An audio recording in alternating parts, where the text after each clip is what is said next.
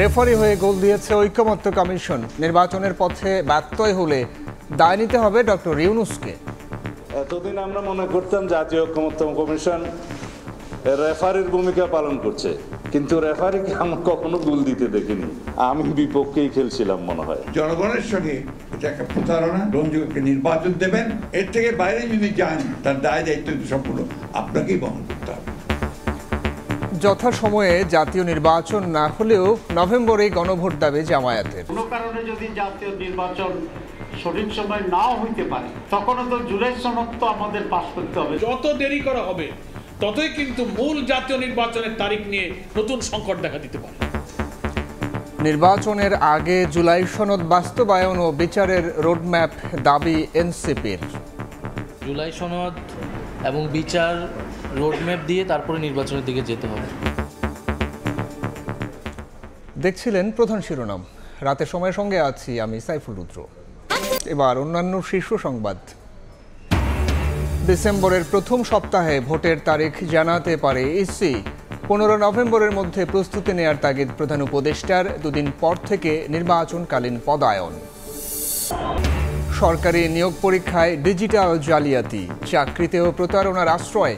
1 থেকে 3 লাখ টাকায় চুক্তি, হাতে নাতে ধরা 18, বাকিদের খোঁজে অভিযান।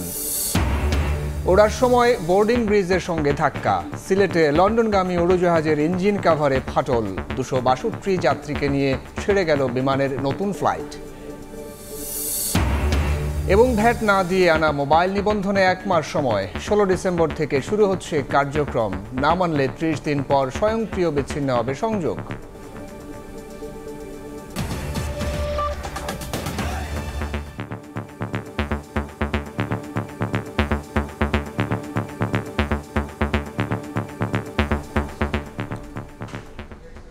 জুলাই সনদে নোট অফ ডিসেন্ট উপেক্ষা করে জনগণ ও দলগুলোর সঙ্গে প্রতারণা করেছে ঐকমত্য কমিশন।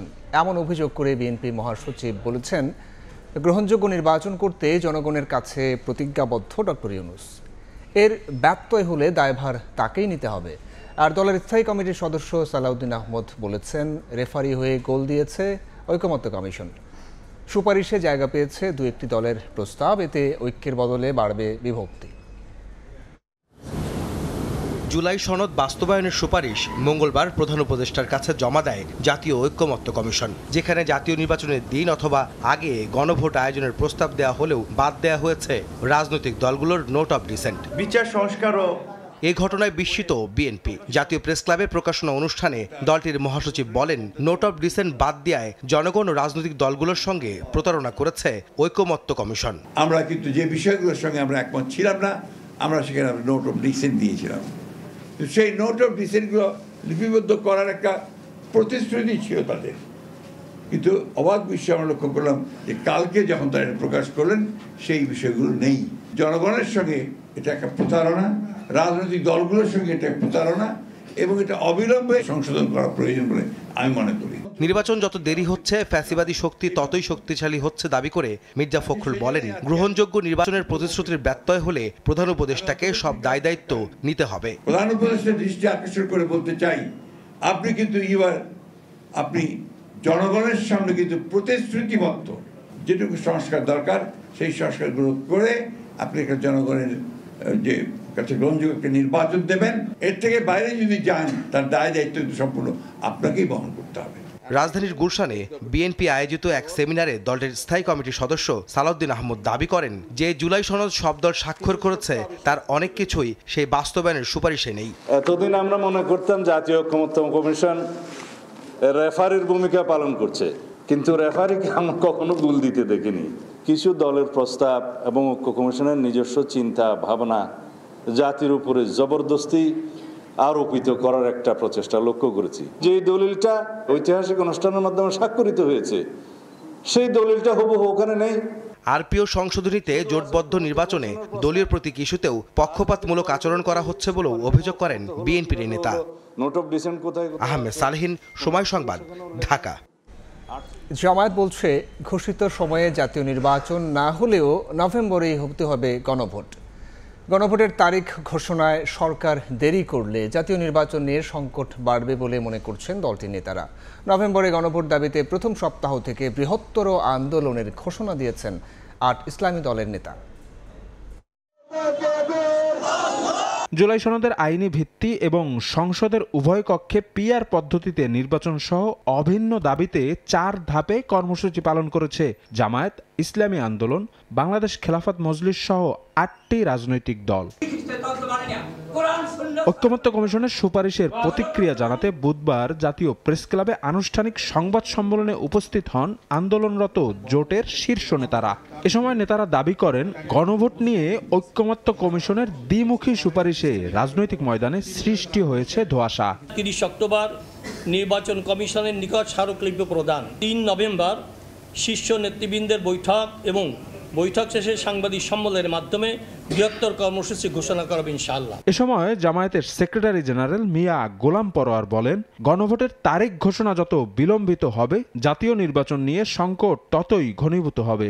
নভেম্বরের মধ্যে তারিখ দিয়ে যদি ঘোষণাটা না করা হয়, যত দেরি করা হবে ততই কিন্তু মূল জাতীয় নির্বাচনের তারিখ নিয়ে নতুন সংকট দেখা দিতে পারে। এদিন সকালে মগবাজার জামায়াতের কেন্দ্রীয় কার্যালয়ে আসেন কমনওয়েলথের একটি প্রতিনিধি দল। তারা আগামী জাতীয় নির্বাচন নিয়ে জামায়াত নেতৃবৃন্দের সঙ্গে বৈঠক করেন। পরে সাংবাদিকদের মুখোমুখি হয়ে জামায়াতের নায়েবে আমির সৈয়দ আব্দুল্লাহ মোহাম্মদ তাহের বলেন, কোনো কারণে ফেব্রুয়ারিতে জাতীয় নির্বাচন নাও হতে পারে, তবে এজন্য জুলাই সনদ বাস্তবায়ন থেমে থাকতে পারে না। জাতীয় নির্বাচনের পূর্বে গণভোট, এটাই সঠিক সিদ্ধান্ত। কোনো কারণে যদি জাতীয় নির্বাচন সঠিক সময় নাও হইতে পারে, আমরা আশা করি সঠিক সময় ইনশাল্লাহ হবে, তখনও তো জুলাই সনদ তো আমাদের পাস করতে হবে। জুলাই সনদ তো একটা সংস্কার হবে। জাতীয় নির্বাচন সুষ্ঠুভাবে সম্পন্ন করতে কমনওয়েলথকে বাংলাদেশের পাশে থাকার আহ্বান জানান জামায়াত নেতারা। শফিক মুন্সি, সময় সংবাদ, ঢাকা। এদিকে নির্বাচনের আগেই সনদ বাস্তবায়ন ও জুলাই হত্যাযজ্ঞের বিচারের রোডম্যাপ ঘোষণার দাবি জানিয়েছে এনসিপি। দলটির নেতারা বলছেন, চূড়ান্ত সুপারিশ না জেনে সনদে সই করে ভুল করেছে বিএনপি। এখন তর্ক করে জুলাই সনদের আইনি ভিত্তিকে বাধাগ্রস্ত করা যাবে না। জুলাই সনদ বাস্তবায়নের সুপারিশ নিয়ে আনুষ্ঠানিক প্রতিক্রিয়া জানাতে বুধবার রাজধানীর বাংলা মোটরে দলীয় কার্যালয়ে সংবাদ সম্মেলন করে জাতীয় নাগরিক পার্টি এনসিপি। দলের মুখ্য সমন্বয়ক জানান, গণ অভ্যুত্থানকে ভিত্তিমূল ধরে সরকারকে আদেশ জারি করতে হবে। এ সময় বিএনপির সমালোচনা করে নাসির উদ্দিন পাটোয়ারি বলেন, বাস্তবায়ন প্রক্রিয়া না জেনে সনদে সই করা ভুল ছিল দলটির, এখন তার মাসুল দিতে হবে। বিএনপির প্রতি আহ্বান থাকবে যে আপনারা নিজেদের ভুল অন্যদের উপরে চাপিয়ে দেওয়ার চেষ্টা করবেন না। আপনি সাইন করে ভুল করেছেন, দীর্ঘদিনের পুরাতন রাজনীতির দল বলে সব জানতা আপনাদেরকে মনে করুন, মাঝে মধ্যে খেলতে গিয়ে একটু ভুল করে ফেলেন। এখন এবার ভুল করে ফেলেছেন, এবার ভুলের কাফারা আপনারা আদায় করুন। এদিন বিকেলে রংপুরে বিভাগীয় সাংগঠনিক সভা শেষে সংবাদ সম্মেলনে দলটির আহ্বায়ক নাহিদ ইসলাম বলেন, ফেব্রুয়ারিতে নির্বাচন হতে হলে তার আগেই জুলাই সনদ বাস্তবায়ন ও জুলাই হত্যাযজ্ঞের বিচারের রোডম্যাপ দিতে হবে সরকারকে। জুলাই সনদ বাস্তবায়ন না হলে তো নির্বাচন হওয়ার কোনো সুযোগই নেই। জুলাই সনদ এবং বিচার রোডম্যাপ দিয়ে তারপরে নির্বাচনের দিকে যেতে হবে। ফলে আমরা দ্রুত নির্বাচন চাই, দেশে একটা নির্বাচিত সরকার প্রয়োজন, দেশে স্থিতিশীলতা প্রয়োজন, আস্থা প্রয়োজন। এই কারণে দ্রুত সংস্কার প্রক্রিয়া সম্পন্ন হওয়া প্রয়োজন। জুলাই সনদ বাস্তবায়নের ইস্যুতে ঐকমত্য কমিশনের সুপারিশে একমত উল্লেখ করে নাহিদ ইসলাম জানান, সরকারের সাড়া পেলে সই করবে এনসিপি। সংস্কারের আকাঙ্ক্ষাকে ধারণ করে তারা সুপারিশ দিয়েছেন। মাইমুনা হায়দার চৌধুরী, সময় সংবাদ, ঢাকা। এ নিয়ে আলোচনার জন্য স্টুডিওতে আছেন সহকর্মী আলামিন তুষার। যাব তুষারের কাছে। তুষার, আপনাকে স্বাগত। বেশ বিগত কয়েকদিন যাবৎ বিভিন্ন রাজনৈতিক দলগুলো ঐকমত্য কমিশনের কার্যক্রম এবং নির্বাচন সংক্রান্ত বিষয় নিয়ে তাদের মতামত দিচ্ছে। আজও তারা তাদের মতামত দিয়েছে। শুরুতে একটু জানতে চাইব যে বিএনপি যে কথাগুলো বলছে যে আসলে বিভক্তি না ঐক্য, তারা বলছে নোট অফ ডিসেন্ট উপেক্ষা করে প্রতারণা করা হয়েছে। এর পাশাপাশি আরও কিছু অভিযোগ আছে, সেগুলো একটু জানতে চাই। হ্যাঁ রুদ্র, ধন্যবাদ আপনাকে। আপনি যেমনটা বলছিলেন যে নোট অফ ডিসেন্ট উপেক্ষা করে জনগণের সাথে প্রতারণা করার ব্যাপারটা যেমন বলেছেন, সঙ্গে তারা বলছেন যে বিশেষ করে যে রাজনৈতিক দলগুলো রয়েছে তাদের সাথেও কিন্তু প্রতারণা করা হয়েছে, কেননা তারা যেই নোট অফ ডিসেন্টগুলো রেখেছিলেন সেগুলো আসলে জুলাই সনদের মধ্যে ওভাবে রাখা হচ্ছিল না।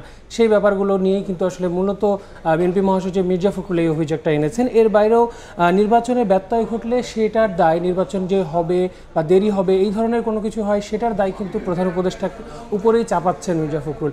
এর বাইরেও আমরা যখন সালাউদ্দিন আহমেদকে আজকে যখন তিনি কথা বলেছেন তখন তিনি বলছিলেন যে ঐক্যমত কমিশন একরকম আসলে দেখেছি যে তারা আসলে পুরোপুরিটাই সব কিছুর মধ্যে একদম রেফারি হিসাবে বলেছেন যে রেফারি নিজেই গোল করে দিয়েছেন, কিছুটা হাস্যরসাত্মকভাবে তিনি এটাকে বলার চেষ্টা করেছেন। এটা মূলত ঐক্যমত কমিশনকে উদ্দেশ্য করেই তারা আসলে বলেছেন। এর বাইরেও আপনারা নিশ্চয়ই দেখতে পাচ্ছেন যে কমিশনের যে সুপারিশগুলো রয়েছে সেই সুপারিশে বিভক্তি বাড়া, অর্থাৎ দলগুলোর মধ্যে যে ঐক্যমত কমিশনের সুপারিশের মধ্যেই ঐক্য ভেঙে যাওয়ার একটা সন্দেহ তারা আসলে করছেন। এরকমভাবে কিন্তু রাজনৈতিক দলগুলোর মধ্যে শুধু যে বিএনপি সেটা না, জামাতের কথার মধ্যেও কিন্তু কিছুটা এরকমই আঁচ পাওয়া যাচ্ছে না। যদি জামাতের ব্যাপারগুলো একটু যদি দেখি, সেখানে তারা কিন্তু বারবার করে গণভোটের কি অবস্থা বা গণভোট কবে হবে এটা নিয়ে তাদের আসলে সবচেয়ে বেশি কনসার্ন। নভেম্বরের মধ্যে তারা আসলে যদি গণভোট না হয়, জামাত সহ আরও 8টি ইসলামী দল মিলে তারা আবারও রাজপথে নামবেন, তারা আন্দোলন করবেন, এরকম কিন্তু আমরা জানতে পেরেছি। এর বাইরেও গণভোট যদি দেরি হয় সেই ক্ষেত্রে নির্বাচনে নিয়ে আসলে সংকটটা বাড়বে। কেন সংকট বাড়বে?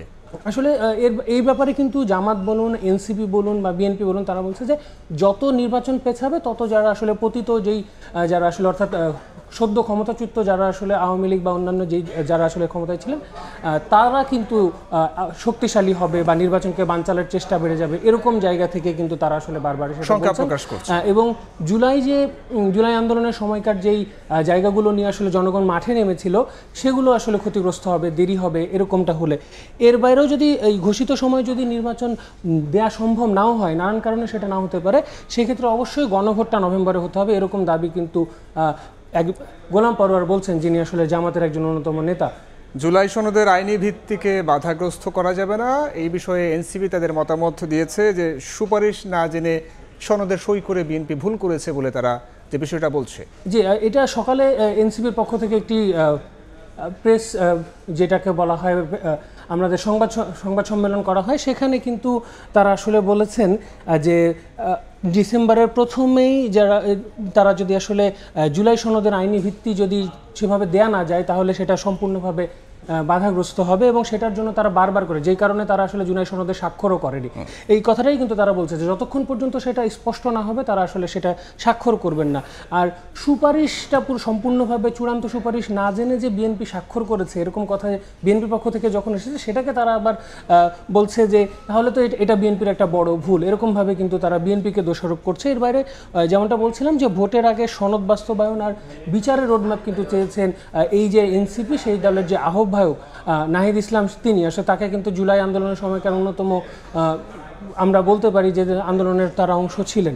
সেই সার্বিক ব্যাপারগুলো যদি চিন্তা করা যায় যে দেশের রাজনীতিতে কিন্তু আসলে মূলত এখন আলোচনার জায়গাটা তার মানে গণভোট আর যত দ্রুত সম্ভব নির্বাচন, সেটা নিয়ে কিন্তু বারবার আলোচনা হচ্ছে, এবং এই ব্যাপারে নির্বাচনের তারিখ ঘোষণার একটা ব্যাপার এসেছে, সেটা নিয়ে কিন্তু আমার করা একটি প্রতিবেদন আছে এবং সেখানে কিন্তু এই ব্যাপারগুলো আছে। আমরা সেই প্রতিবেদনটা আগে দেখে নেব। ত্রয়োদশ জাতীয় সংসদ নির্বাচনের তারিখ জানার অপেক্ষা শেষ হচ্ছে আসছে ডিসেম্বর। বছরের শেষ মাসের প্রথম সপ্তাহে নির্বাচন কমিশন থেকে আসবে ঘোষণা। বুধবার রাষ্ট্রীয় অতিথি ভবন যমুনায় নির্বাচনের প্রস্তুতি নিয়ে উচ্চ পর্যায়ের বৈঠক শেষে ব্রিফিংয়ে একথা জানান প্রধান উপদেষ্টার প্রেস সচিব স্বরাষ্ট্র সচিব।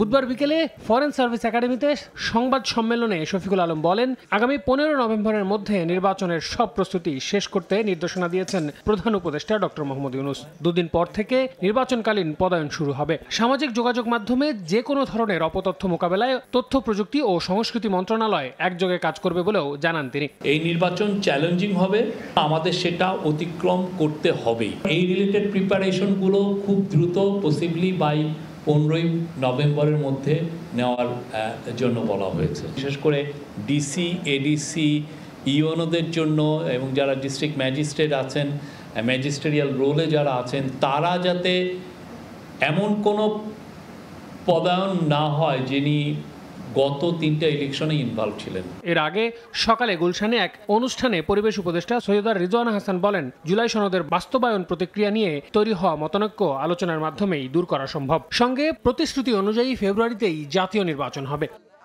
নেতিবাচকতা নিয়ে তো আমরা কাজে আগাতে পারবো না। আমরা আমাদের কমিটমেন্টের জায়গা থেকে এটা স্পষ্ট করতে চাই যে ফেব্রুয়ারিতে নির্বাচনের পথেই সরকার এগোচ্ছে। আর গণভোট জাতীয় নির্বাচনের আগে না পরে হবে তা সরকার নির্ধারণ করবে বলে মন্তব্য করেন ঐক্যমত্য কমিশনের সদস্য বদিউল আলম মজুমদার। দুপুরে ঢাকা বিশ্ববিদ্যালয়ে এক সেমিনারে তিনি এই মন্তব্য করেন। সরকার সিদ্ধান্ত নেবে তারা কোন পদ্ধতিতে যাবে। আমাদের আকাঙ্ক্ষা হলো সরকার নির্বাচন কমিশনের সাথে আলাপ আলোচনা করে ঠিক করবে কখন সঠিকভাবে গণভোটটা করা যাবে। গণভোটে মধ্যবর্তী কোনো মতামত দেওয়ার সুযোগ থাকবে না বলেও জানান বদিউল আলম মজুমদার। আল আমিন তুষার, সময় সংবাদ, ঢাকা। রুদ্র, আপনি প্রতিবেদনটি দেখলেন, আপনার কাছে কি মনে হচ্ছে আসলে? দেখুন, আমরা তখনও নাসিরউদ্দিন পাটোয়ারিকে বলতে শুনেছি যে বিএনপি পুরনো রাজনৈতিক দল হিসেবে জুলাই সনদের ব্যাপারে যে ঘটনাটি ঘটিয়েছে, ভুল করেছে, সেটি তিনি উল্লেখ করছিলেন যে রাজনৈতিক দল হিসেবে পুরনো হলেও সনদ সই করার ব্যাপারে গিয়ে বিএনপি এখানে আটকে গেছে বা তারা ভুল করেছে। নির্বাচন কবে হবে এই প্রসঙ্গটি বারবার আসছে যে আদৌ ফেব্রুয়ারিতে নির্বাচন হবে কিনা, ডিসেম্বরের মধ্যে রোডম্যাপ এবং তফসিল ঘোষণা হবে কিনা, নির্বাচনী দলগুলো আসবে কিনা, সেই বিষয়গুলো নিয়ে কি আলোচনা চলছে? আজকে যখন আমরা প্রেস উইং থেকে যখন এই ব্যাপারগুলো নিয়ে আলোচনা হচ্ছিল, তার আগে কিন্তু প্রধান উপদেষ্টার যে বাসভবন সেখানে কিন্তু একটি উচ্চ পর্যায়ের মিটিং হয়েছে, যেখানে আসলে নির্বাচনে আইন শৃঙ্খলা রক্ষা বাহিনীর সদস্যদের কেমন ভূমিকা থাকবে এই ব্যাপারগুলো নিয়ে আলোচনা হয়েছে। সেখানে কিন্তু বলা হয়েছে প্রায় 1 লাখের কাছাকাছি সেনাবাহিনী এবং নৌ সদস্য মিলে যারা রয়েছেন তারা কিন্তু এই নির্বাচনী সার্বিক নিরাপত্তার ব্যাপারে কাজ করবেন। এর বাইরেও আমি যদি বলি, ডিসেম্বরের যে প্রথম সপ্তাহে নির্বাচন কমিশন থেকে কিন্তু ঘোষণা আসতে পারে যে কবে নাগাদ নির্বাচনটা হবে, একদম এক্স্যাক্ট ডেটটা কিন্তু সেদিন পাওয়া যাবে। এর বাইরেও 15 নভেম্বরের মধ্যে কিন্তু পুরো প্রস্তুতি, সার্বিক যে প্রস্তুতিগুলো রয়েছে সেগুলো শেষ করার ব্যাপারে কিন্তু ডক্টর মোহাম্মদ ইউনূস অর্থাৎ প্রধান উপদেষ্টা আমাদের যিনি রয়েছেন তিনি কিন্তু তাগিদ দিচ্ছেন বারবার করে। এবং এই আগামী আসলে 2-1 দিন বাকি আছে, সেই মাসের শুরু থেকেই নির্বাচনকালীন যে পদায়ন, যারা আসলে রিটার্নিং কর্মকর্তা হিসেবে দায়িত্ব পালন করবেন, এইসব দায়িত্ব যারা পালন করবেন তাদের পদায়নের কাজ শুরু করবে। এবং সেখানে কিন্তু পূর্বের যে নির্বাচনে যারা অংশগ্রহণ করেছে, দায়িত্ব পালন করেছেন তাদেরকে একদম বাছাই করে আসলে তাদেরকে এই নির্বাচনে রাখা হবে না, যেহেতু আগের নির্বাচনগুলো বিতর্কিত ছিল। মানে তারা নির্বাচন সংশ্লিষ্ট কোনো কাজই সম্পৃক্ত থাকবে না, সংশ্লিষ্ট তাদেরকে রাখা হবে না।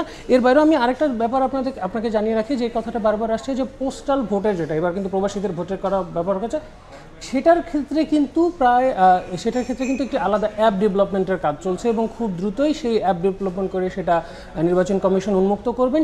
সেই অ্যাপের মাধ্যমেই কিন্তু যারা আসলে প্রবাসী ভোটাররা যারা রয়েছেন তারা তাদের ভোটাধিকার প্রয়োগের সুযোগ পাবেন, এমনটা কিন্তু আমাদেরকে জানানো হয়েছে। প্রক্রিয়াটা কি বলেছেন তারা?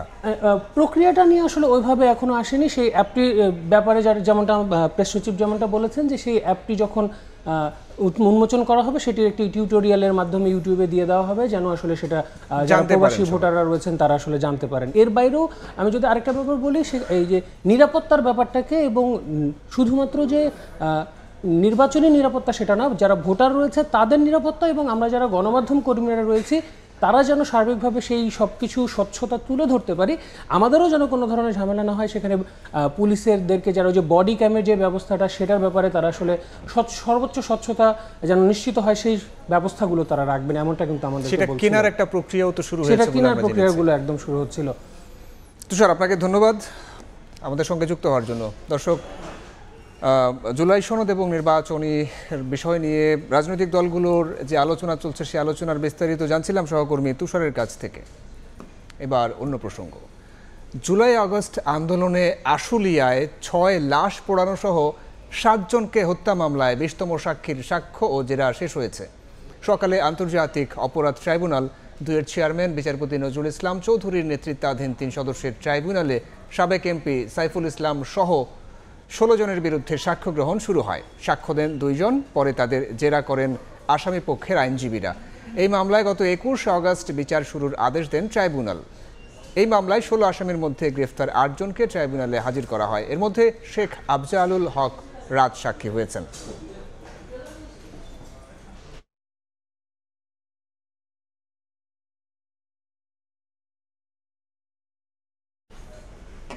নাটকীয় মোড় নিয়েছে শেখ হাসিনার বিরুদ্ধে প্লট জালিয়াতির মামলা। সাক্ষ্য গ্রহণ শেষে আদালতে আত্মসমর্পণ করেন মামলার অন্যতম আসামি রাজুকের সাবেক কর্মকর্তা খুরশিদ আলম। এতে সাক্ষীদের জেরা ও যুক্তিতর্ক উপস্থাপনের সুযোগ পায় আসামিপক্ষ। তবে রাষ্ট্রপক্ষের দাবি, এতে বিচার কাজের গতি কমবে না।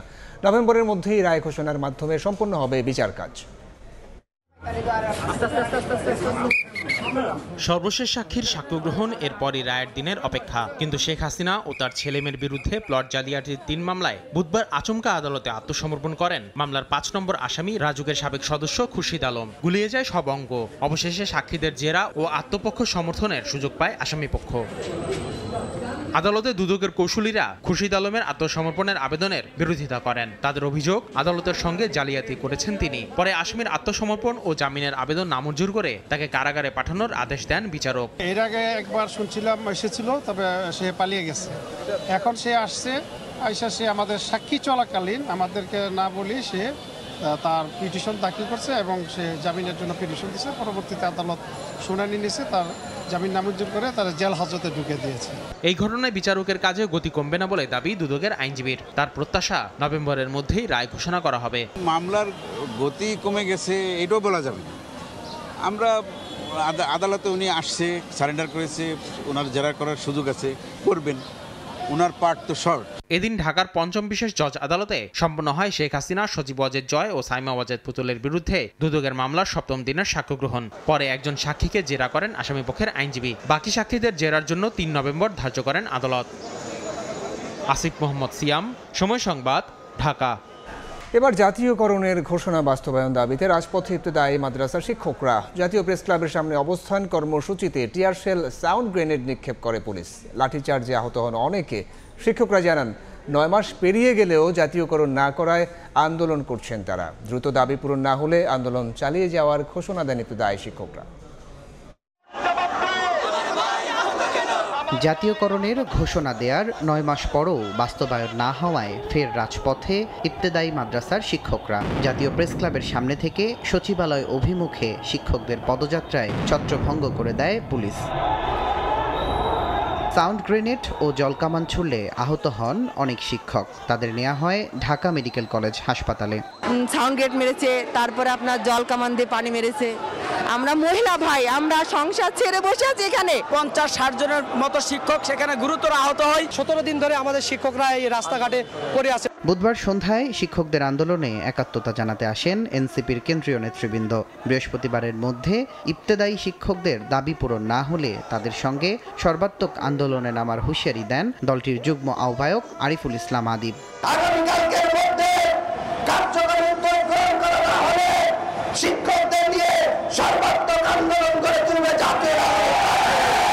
শিক্ষকদের উপর পুলিশের হামলার নিন্দা জানান এনসিপির যুগ্ম সদস্য সচিব তাসনিম জারা। পুলিশকে পাঠাইছে আপনাদেরকে নির্যাতন করার জন্য, একটা শান্তিপূর্ণ অবস্থানে কেন?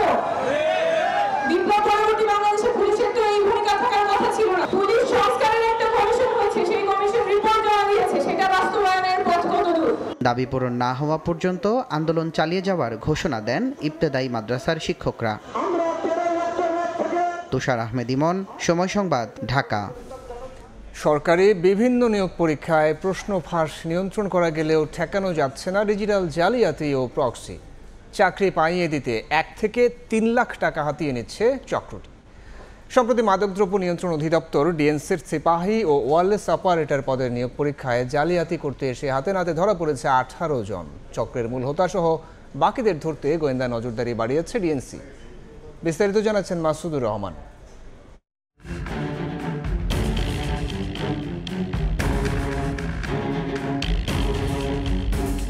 কারো শার্টের ভেতর থেকে, কারো হাতের নিচে, কারো পায়ের নিচের অংশে প্যান্টের ভেতর বিশেষ কায়দায় লুকিয়ে রাখা ডিভাইস বের করা হচ্ছে। এসব অত্যাধুনিক স্পাই ডিভাইস ব্যবহার করে নিয়োগ পরীক্ষায় জালিয়াতির চেষ্টা করা হয়।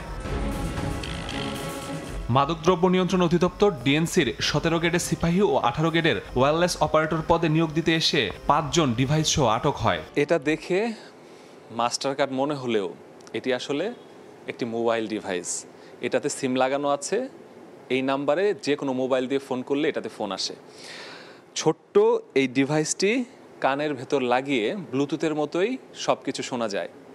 কি সুন্দর একটি ডিভাইস, অথচ এটি ব্যবহার হচ্ছে জালিয়াতির কাজে। ডিএনসি বলছে নিয়োগ পরীক্ষায় জালিয়াতি হতে পারে, এজন্য গোয়েন্দা নজরদারি বাড়ানো হয়। পরীক্ষা কেন্দ্রের বাইরে, ভেতরে ও পরীক্ষার রুমে 3 স্তরের চেকিংয়ে ধরা পড়ে চক্রটি। আটক করা হয় 18 জনকে, যাদের মধ্যে 13 জন এসেছিল প্রক্সি দিতে। তাদের দেয়া হয় বিভিন্ন মেয়াদে সাজা। এই ধরনের স্পাই ডিভাইস সাধারণত দেশে সাধারণ মানুষের কাছে থাকে না, কিন্তু আমাদের সজাগ টিম তাদের ডিটেক্ট করে এবং সেখানে দায়িত্বপ্রাপ্ত আমাদের যে ডিএনসির নির্বাহী ম্যাজিস্ট্রেট মহোদয় ছিলেন, তিনি সংশ্লিষ্ট আইনে বিধি মোতাবেক 18 জনকে বিভিন্ন মেয়াদে কারাদণ্ড এবং আইনানুগ প্রসেস সম্পন্ন করেন। ডিএনসি জানিয়েছে সংঘবদ্ধ চক্র 17 ও 18 গ্রেডের চাকরিতে 50,000 থেকে 3 লাখ টাকা চুক্তিতে ডিভাইসের মাধ্যমে নিয়োগ প্রত্যাশীদের চাকরি পাইয়ে দেওয়ার চেষ্টা করে। যাচাই বাছাই করেছি, কেউ ছিল তারা হ্যাবিচুয়াল অফেন্ডার, অর্থাৎ তারা দীর্ঘদিন ধরে প্রক্সি পরীক্ষা দিয়ে যাচ্ছিল। জব্দ করা ডিভাইসগুলোর নম্বর থেকে চক্রের মূল হোতা সহ বাকিদের আটকের চেষ্টা করছে ডিএনসি। স্বচ্ছতা, নিরপেক্ষতা এবং ন্যায্যতার একটি প্রমাণ উপস্থাপন করেছে। মাসুদুর রহমান, সময় সংবাদ, ঢাকা। দেখছেন রাতের সময়, সঙ্গেই থাকুন। রাজস্ব ফাঁকি, প্রতারণা ও চুরি ঠেকাতে 16 ডিসেম্বর থেকে শুরু হচ্ছে মোবাইল হ্যান্ডসেট নিবন্ধন কার্যক্রম। ওই দিন থেকে ভ্যাট ফাঁকি দিয়ে আনা মোবাইল ফোন সর্বোচ্চ 1 মাস নেটওয়ার্কে সচল থাকবে। এর মধ্যে নিবন্ধন না করলে স্বয়ংক্রিয়ভাবে বিচ্ছিন্ন হবে সংযোগ। তবে বর্তমানে গ্রাহকের হাতে থাকা সচল অবৈধ হ্যান্ডসেট স্বয়ংক্রিয়ভাবে নিবন্ধন হবে। বাংলাদেশ ব্যাংকের 2024 সালের তথ্য বলছে, দেশের ডিজিটাল জালিয়াতির 73% ঘটনাই ঘটেছে অনিবন্ধিত হ্যান্ডসেট বা ডিভাইস থেকে। ব্যাগেজে আসা এসব হ্যান্ডসেটের কারণে বছরে 2,500 কোটি টাকার রাজস্বও হারাচ্ছে সরকার। এ অবস্থায় মোবাইল ফোন কেন্দ্রিক অপরাধমূলক কর্মকাণ্ড বন্ধ এবং রাজস্ব ফাঁকি ঠেকাতে তৃতীয়বারের মতো হ্যান্ডসেট নিবন্ধন কার্যক্রম চালুর ঘোষণা দিল সরকার। NEIR সিস্টেমের আনুষ্ঠানিক উদ্বোধন, যা আগামী 16 ডিসেম্বর বাংলাদেশের বিজয় দিবসে 2025 সালে উদ্বোধন হবে। বিটিআরসি বলছে, বর্তমানে নেটওয়ার্কে সচল সব অবৈধ হ্যান্ডসেট 16 ডিসেম্বরের মধ্যে স্বয়ংক্রিয়ভাবে নিবন্ধিত হবে। এরপর নতুন হ্যান্ডসেট প্রাথমিকভাবে নেটওয়ার্কে সচল করে বৈধতা যাচাই করা হবে। হ্যান্ডসেট বৈধ হলে স্বয়ংক্রিয়ভাবে নিবন্ধিত হয়ে নেটওয়ার্কে সচল থাকবে। আর অবৈধ হ্যান্ডসেট সম্পর্কে গ্রাহককে খুদে বার্তায় জানিয়ে 1 মাসের জন্য নেটওয়ার্কে সচল রাখা হবে। ওই সময়ের মধ্যে নিবন্ধন না করলে হ্যান্ডসেটটি নেটওয়ার্ক থেকে বিচ্ছিন্ন হয়ে যাবে। বিদেশ থেকে আনা ফোনের জন্য বিশেষ নিবন্ধন লাগবে। বিটিআরসি হেল্প ডেস্ক ম্যাসিভ কাজ করবে এটার ব্যাপারে। সেই সাথে এমএনওর কাস্টমার কেয়ারকে আমরা ইতিমধ্যে অনুরোধ করেছি যেন তারা এই সেবাটা প্রদানের জন্য ম্যাসিভ প্রিপারেশন নেন। বুধবার আগারগাঁওয়ে বিটিআরসি মিলনায়তনে সংবাদ সম্মেলনে কমিশনের চেয়ারম্যান জানান, 1 নভেম্বর থেকে কার্যকর হচ্ছে এক এনআইডির বিপরীতে 10টির বেশি সিম না রাখার নতুন নিয়ম। অপারেটরদেরকে আমরা বলেছি 1 নভেম্বর থেকে তারা অতিরিক্ত সিম ফোর্সফুলি তারা ডিঅ্যাক্টিভেট করবে। বর্তমানে বছরে প্রায় 4 কোটি পিস হ্যান্ডসেটের চাহিদা রয়েছে, যা পূরণের সক্ষমতা রয়েছে 18টি প্রতিষ্ঠানের। আরও কিভাবে বাড়াতে পারি। শুভ্র খান, সময় সংবাদ, ঢাকা। রাতের সময় আরও থাকছে। চট্টগ্রামে বাংলাদেশের সিরিজ বাঁচানোর মিশন। দ্বিতীয় টি-20তে উইন্ডিজের দেয়া 150 রানের টার্গেটে ব্যাট করছে টাইগাররা। তানজিদ তামিমের 50। ওয়ার্ল্ড ক্লাস টেকনোলজি দ্বারা তৈরি এক্সপার্ট ওয়াটার পাম্প, পানির সমস্যায় এক্সপার্ট সমাধান। নির্ধারিত সময়ে লাইসেন্স সরবরাহ না করায় দিন দিন বেড়েই চলেছে গ্রাহক ভোগান্তি। লাইসেন্স না পাওয়ায় ভিসা বাতিলের শঙ্কায় দিন গুনছেন অনেক কর্মী। এদিকে ভারতীয় প্রতিষ্ঠান মাদ্রাজ সিকিউরিটি প্রিন্টার্স এমএসপি সঙ্গে চুক্তি শেষ হবার পর নতুন প্রতিষ্ঠান খুঁজছে বিআরটিএ। দরপত্রে অংশ নেওয়া 10টি প্রতিষ্ঠানের মধ্যে যোগ্য প্রতিষ্ঠান বাছাইয়ে কাজ চলছে বলে জানান বিআরটিএ চেয়ারম্যান শরীফ রুবেলের তোলা ছবিতে দেখুন আমার করা 3 পর্বের ধারাবাহিকের আজকের শেষ পর্বটি। 2 দফায় টেন্ডারের পর 2020 সালের জুলাইয়ে স্মার্ট ড্রাইভিং লাইসেন্স সরবরাহের দায়িত্ব পায় মাদ্রাজ সিকিউরিটি প্রিন্টার্স এমএসপি। 120 কোটি টাকার চুক্তিতে 2025 সালের জুনের মধ্যে 40 লাখ কার্ড সরবরাহের কথা ছিল প্রতিষ্ঠানটির। বিআরটিএ সূত্র বলছে, নানা কারণ দেখিয়ে মাদ্রাজ সিকিউরিটি প্রিন্টার্স চুক্তির বাইরে আরও 2 বছর বাড়তি সময় চাইলে রাজি হয়নি বিআরটিএ কর্তৃপক্ষ। গেল 5 বছরে 33 লাখ আবেদন জমা পড়লেও লাইসেন্স পেয়েছেন 26 লাখ গ্রাহক। অর্থাৎ চুক্তির মেয়াদ শেষে এখনও আটকে আছে 7 লাখ লাইসেন্স। এই কপি পেয়েছি, ওটা দিয়ে আপাতত চলা যায়, কিন্তু আপনার বিদেশ যাওয়ার জন্য স্মার্ট কার্ড প্রয়োজন, ওইটা আমি এখনো পাচ্ছি না। স্মার্ট কার্ড না হলে ভিসা হবে না আমার। মেডিকেল এই বিএমইটি এগুলার মেয়াদ আছে 3 মাস, অলরেডি আমার 1.5 মাস হয়ে গেছে। সড়কে ট্রাফিক পুলিশের জেরা ও আইনি জটিলতা এড়াতে সাময়িক সময়ের জন্য লাইসেন্সের প্রিন্ট কপি সঙ্গে রাখার পরামর্শ বিআরটিএর। MSPPL তারা মাদ্রাজ থেকে কন্ট্রোল করতো, তারা কিন্তু সার্ভার ডাউন করে দিয়েছিল। আমরা সোর্স কোডগুলো রিকভার করেছি এবং আমরা কিন্তু একটা স্টেজে চলে গেছি। অন্যদিকে বিদেশগামী অতি জরুরি বা বিশেষ চাহিদা বিবেচনায় প্রমাণ যাচাই সাপেক্ষে অনেককেই স্মার্ট কার্ড দেয়া হচ্ছে উল্লেখ করে বিআরটিএ চেয়ারম্যান জানান, ব্যাকআপ হিসেবে 15 লাখ কার্ড হাতে রেখেছে বিআরটিএ। আশা করছি যে আমরা নিজেরাই সক্ষম হব যে কার্ডগুলো প্রিন্ট করতে। আমাদের কিছু কার্ড কিন্তু রয়েছে, ইমার্জেন্সি যারা বিদেশে যাবে তারা আবেদন করলে আমরা তাদেরকে কিন্তু ওই স্মার্ট কার্ডগুলো দিচ্ছি। অন্তর্বর্তীকালীন সরকার ক্ষমতায় এসে ড্রাইভিং লাইসেন্সের স্মার্ট কার্ডের পরিবর্তে স্ট্যান্ডার্ড পলিভিনাইল ক্লোরাইড কার্ড চালুর সিদ্ধান্ত নেয়। ভুক্তভোগীরা বলছেন, বৈধ স্মার্ট কার্ড ছাড়া সরকারি, বেসরকারি ও বিদেশগামীদের কর্মসংস্থানের সুযোগ বাধাগ্রস্ত হয়। সাইফুল রুদ্র, সময় সংবাদ, ঢাকা। ওটার সময় বোর্ডিং ব্রিজের সঙ্গে ধাক্কা। সিলেটে লন্ডনগামী উড়োজাহাজের একটি ইঞ্জিন কাভারে ফাটল ধরায় 262 যাত্রীকে নিয়ে আটকে পড়ে বিমানবন্দরে। অবশেষে 5.5 ঘন্টা পর নতুন ফ্লাইটে যাত্রা করে লন্ডনের উদ্দেশ্যে তারা। বুধবার বিকেল 4টা, টানা 5.5 ঘন্টার অপেক্ষার পর 262 যাত্রী নিয়ে লন্ডনের উদ্দেশ্যে যাত্রা করে বিমানের নতুন ফ্লাইট।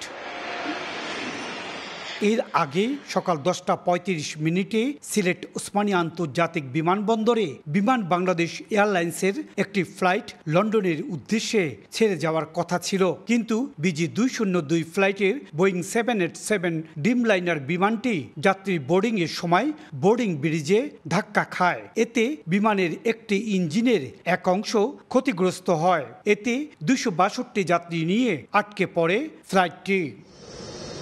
ক্ষতিগ্রস্ত বিমানটি সংস্কার কাজ শেষে ঢাকার উদ্দেশ্যে ছেড়ে যায়। টেকনিক্যাল প্রবলেম হয়েছিল, সেই বিমানটি ঢাকার উদ্দেশ্যে ছেড়ে গেছে 4:26 সার্ভিসেবল আছে এবং সার্ভিসেবল ডিক্লারেশন হওয়াতে সিলেট থেকে ঢাকার উদ্দেশ্যে চলে গেছে 4:26 বিকল্প ফ্লাইটে ঢাকা থেকে আরেকটি বিমান নেওয়া হলে লন্ডনের উদ্দেশ্যে যাত্রা করে ফ্লাইটটি। ইকরামুল কবির, সময় সংবাদ, সিলেট। দেখছেন রাতের সময়, সঙ্গেই থাকুন। পটুয়াখালীতে শীত কেটে ঘরে ঢুকে দুর্বৃত্তরা, দেখে ফেলায় কুপিয়ে হত্যা করা হয় গৃহকর্তাকে। পুলিশ বলছে জড়িতদের ধরতে তদন্ত চলছে। এদিকে চট্টগ্রামের ফটিকছড়িতে নিজ ঘর থেকে মা ও তার 1.5 বছরের মেয়ের লাশ উদ্ধার করা হয়েছে। এছাড়া যশোরে ছুরিকাঘাতে হত্যা করা হয়েছে বৃদ্ধকে। এ ঘটনায় 2 জনকে আটক করেছে পুলিশ। চোখের সামনে দুর্বৃত্তের ছুরিকাঘাত, প্রাণ গেল গৃহকর্তার। মঙ্গলবার রাতে পটুয়াখালী সদরের শেহাকাটি গ্রামে ঘুমিয়েছিলেন অটোরিকশা চালক মোশাররফ খান ও তার পরিবার। মধ্যরাতে শীত কেটে মাটির ঘরে ঢোকে একদল দুর্বৃত্ত। বিষয়টি টের পেয়ে মেয়ে চিৎকার দিলে বাবা মোশাররফ ছুটে যান। এ সময় ছুরি দিয়ে তাকে কুপিয়ে পালিয়ে যায় দুর্বৃত্তরা। তাৎক্ষণিকভাবে উদ্ধার করে স্থানীয় হাসপাতালে নিলে মোশাররফকে মৃত ঘোষণা করেন চিকিৎসক। ঘটনাস্থল পরিদর্শন করে জড়িতদের আইনের আওতায় আনার আশ্বাস দিয়েছে পুলিশ। তারা মেরে ফেলার উদ্দেশ্যে আসছে, আমরা এটার সুষ্ঠু একটা বিচার চাই। ফাঁসি হোক বা যাবজ্জীবন হোক, যাই হোক আপনারা এইটা করবেন। এদিকে বুধবার সকালে চট্টগ্রাম খাগড়াছড়ি সড়কের পাশে কামাল ভবনের বাসিন্দা আফরোজা আফরিন তার শিশুকন্যা আয়েশাকে গোসল করানোর কথা বলে শয়নকক্ষের দরজা বন্ধ করেন। দীর্ঘক্ষণ কোনো সাড়া শব্দ না পেয়ে পরিবারের সদস্যরা দরজা খোলার চেষ্টা করে ব্যর্থ হন। পরে থানায় জানানো হলে দুপুরে পুলিশ এসে লোহার দরজা ভেঙে মা মেয়ের লাশ উদ্ধার করে। মেয়েকে হত্যা করে মা আত্মহত্যা করেছেন কিনা খতিয়ে দেখছে পুলিশ। ওই পুলিশ ওখানে দরজাটা ভাঙতেছে, দরজাটা ভেঙে ভিতর দেখতেছে উনি ফাঁসি খাইছে। মানে মহিলা লাশটা ফ্যানের সাথে ঝুলন্ত অবস্থা পেয়েছি, আর বাচ্চাটা নিচেই ছিল, খাটে শোয়া অবস্থায় ছিল। পরিবর্তে আইনগত যে ব্যবস্থা আছে এটা আমরা গ্রহণ করতেছি। এদিকে যশোরের ঝিকরগাছায় নাতি জামাইয়ের ছুরিকাঘাতে মহিউদ্দিন নামে এক বৃদ্ধ নিহত হয়েছেন। আহত হয়েছেন শাশুড়ি সহ আরও 4 জন। এ ঘটনায় অভিযুক্ত মোহন মোল্লা ও তার এক সহযোগীকে আটক করে পুলিশে সোপর্দ করেছে গ্রামবাসী। খাদিজা স্বপ্না, সময় সংবাদ। দেখছেন রাতের সময়, সঙ্গেই থাকুন। দেখছেন রাতের সময়। জামাইকার তাণ্ডবের পর কিছুটা দুর্বল হয়ে কিউবায় আঘাত এনেছে শক্তিশালী হারিকেন মেলিসা। 185 মাইল গতির ঝড়ে বিপর্যস্ত হয়েছে ক্যারিবীয় দ্বীপগুলো। বুধবার ভোরে কিউবার দক্ষিণ পূর্ব উপকূলে স্থলভাগে আঘাত এনে এটি এর মধ্যে লাখো মানুষকে সরিয়ে নেওয়া হয়েছে আশ্রয় কেন্দ্রে, ধ্বংস হয়েছে ঘরবাড়ি ও বিদ্যুৎ সংযোগ। এরই মধ্যে মেলিসার প্রভাবে তীব্র বৃষ্টিপাত ও ঝড়ো বাতাসে হাইতি, জামাইকা ও ডোমিনিকান রিপাবলিকে 7 জনের প্রাণহানির খবর পাওয়া গেছে। ক্যারিবীয় সাগরের তীব্র তাণ্ডবে বিধ্বস্ত জ্যামাইকা ও কিউবা। মঙ্গলবার রাতে জ্যামাইকার ওপর দিয়ে বয়ে যাওয়ার পর বুধবার ভোরে কিছুটা দুর্বল হয়ে কিউবার দক্ষিণ পূর্ব উপকূলে স্থলভাগে আঘাত হানে হারিকেন মেলিসা। কিউবার সান্তিয়াগো দে কিউবা প্রদেশে প্রবল বৃষ্টি, ঝড়ো হাওয়া আর জলোচ্ছ্বাসে বিধ্বস্ত হয়েছে বহু ঘরবাড়ি। রাস্তায় উপড়ে পড়েছে গাছ, নদীর পানি উপচে বিপদসীমার ওপর দিয়ে প্রবাহিত হচ্ছে। কিউবার রাষ্ট্রীয় টেলিভিশনে সম্প্রচারিত ফুটেজে দেখা যায় সান্তিয়াগো দে কিউবার রাস্তায় গাছ উপড়ে পড়েছে, তলিয়ে গেছে জনপদ। ঝড়ের আগে থেকে অন্তত 7,50,000 মানুষকে নিরাপদ আশ্রয়ে সরিয়ে নেওয়া হয়েছে। এমনকি গিটমো বের মার্কিন নৌঘাটির কর্মীদেরও কিউবায় আশ্রয় নিতে বলা হয়েছে। সঙ্গে নিতে বলা হয়েছে 3 দিনের খাবার ও পানি। এর আগে মঙ্গলবার জ্যামাইকায় আঘাত হানে মেলিসা, যা দেশটির ইতিহাসে অন্যতম শক্তিশালী ক্যাটাগরি 5 হারিকেন হিসেবে আখ্যা পেয়েছে। দেশজুড়ে বিদ্যুৎ ও ইন্টারনেট সংযোগ বিচ্ছিন্ন হয়ে পড়েছে। স্থানীয় কর্মকর্তাদের আশঙ্কা, ধীরগতিতে অগ্রসর হওয়ায় ঝড়টি দ্বীপটির পাহাড়ি এলাকায় ভূমিধস ও হঠাৎ বন্যা সৃষ্টি করতে পারে। মেলিসার তাণ্ডবে কিউবা ও জ্যামাইকায় বিপর্যস্ত হয়ে পড়েছে জনজীবন। আন্তর্জাতিক সংস্থাগুলোর আশঙ্কা, খাদ্য ও চিকিৎসা সহায়তা কমে যাওয়ায় এবার ত্রাণ কার্যক্রম কঠিন হতে পারে। বন্যার পর স্বাস্থ্য ঝুঁকি, পানিবাহিত রোগ এবং মানসিক চাপ আরও বাড়বে বলে সতর্ক করেছে জাতিসংঘের বিশ্ব খাদ্য কর্মসূচি। ইয়াসমিন অনন্যা, সময় সংবাদ। যুদ্ধবিরতি লঙ্ঘন করে গাজায় আবারও ভয়াবহ সামরিক অভিযান চালিয়েছে ইসরায়েল। মঙ্গলবার রাতভর হামলায় 24 শিশুসহ নিহত হয়েছেন অন্তত 104 জন। এর আগে হামাসের বিরুদ্ধে যুদ্ধবিরতি লঙ্ঘনের অভিযোগ এনে উপত্যকায় পুনরায় হামলা শুরুর নির্দেশ দেন নেতানিয়াহু। হামলার পরও যুদ্ধবিরতি টিকে আছে বলে মন্তব্য করেছে যুক্তরাষ্ট্র। আবারও আর্তনাদ আর আহাজারিতে ভারী হয়ে উঠেছে গাজার চারপাশ। স্থানীয় সময় মঙ্গলবার চলমান যুদ্ধবিরতি লঙ্ঘন করে আকাশপথে জোরদার হামলা চালায় ইসরায়েল। গাজা সিটির সাবরা এলাকায় একটি বাড়ি লক্ষ্য করে হামলা চালানো হয়। পশ্চিম তীরের শরণার্থী শিবিরেও হামলা হয় আল শিফা হাসপাতালের আশপাশে। হামলার কিছুক্ষণ আগেই রাফা সীমান্তে ইসরায়েলি বাহিনীকে লক্ষ্য করে ফিলিস্তিনের স্বাধীনতাকামী সংগঠন হামাস হামলা চালিয়েছে বলে অভিযোগ করেন ইসরায়েলের প্রধানমন্ত্রী বিনিয়ামিন নেতানিয়াহু। এর জেরে গাজায় শক্তিশালী হামলা চালানোর নির্দেশ দেন তিনি। তবে হামাস এমন অভিযোগ সরাসরি অস্বীকার করেছে। সংগঠনটি জানায় রাফা সীমান্তের কোনো হামলার সঙ্গে তারা যুক্ত ছিল না। এরই মধ্যে গণমাধ্যম অ্যাসোসিয়েটেড প্রেস জানিয়েছে গাজায় সর্বশেষ হামলার বিষয়ে যুক্তরাষ্ট্রকে আগে থেকেই জানিয়েছিল ইসরায়েল। স্পষ্ট লঙ্ঘন সত্ত্বেও মার্কিন ভাইস প্রেসিডেন্ট জেডি ভ্যান্স দাবি করেছেন উপত্যকাটিতে যুদ্ধবিরতি এখনও বজায় আছে, তবে ছোটখাটো সংঘর্ষ হবে বলেও মন্তব্য করেন তিনি। ইসরায়েলের সর্বশেষ হামলাকে যুদ্ধবিরতির স্পষ্ট লঙ্ঘন বলে আখ্যা দিয়েছে তুরস্ক। মালিহা সুহরওয়ার্দী, সময় সংবাদ। দেখছেন রাতের সময়, সঙ্গেই থাকুন। এই ছিল রাতের সময়ে, এরপর দেখবেন সম্পাদকীয়। সঙ্গে থাকুন সময়ের।